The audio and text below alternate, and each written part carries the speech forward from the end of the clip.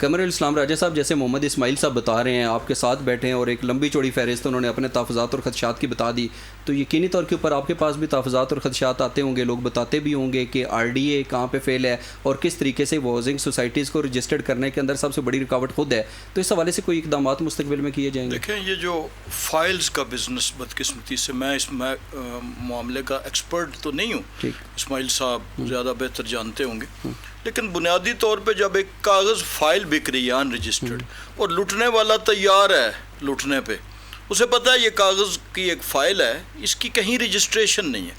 دیکھیں نا، آپ ایک مرلہ زمین بھی کسی جگہ خریدتے ہیں تو آپ کہتے ہیں چل میاں رجسٹری کرا.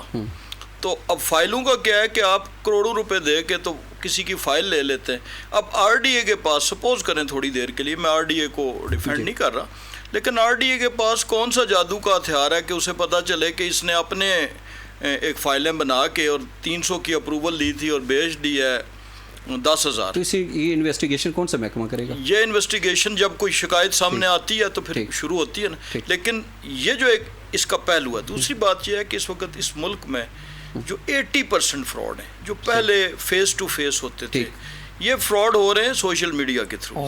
آج آپ دیکھیں کہ فیس بک کھولیں گے، آپ کو ایک امپورٹڈ چیز سے لے کر، استری سے لے کر، دوائی سے لے کر، پرفیوم سے لے کر، ہر چیز آن لائن، گھر میں کوئی اور چیز آتی ہے. تو یہ بنیادی طور پر یہ جو ابھی ایجنسی بنائی گئی ہے بیسیکلی، ابھی جس پہ بڑے اعتراض ہو رہے تھے، یہ کوئی بنیادی طور پہ صرف اس لیے نہیں بنائی گئی کہ کسی کی ٹویٹ پکڑنی ہے، چونکہ اس وقت سارا کرائم جو ہے وہ اس پہ ہو رہا ہے اپنا سوشل میڈیا پہ. صحیح، چلیں آپ کا جواب آ گیا.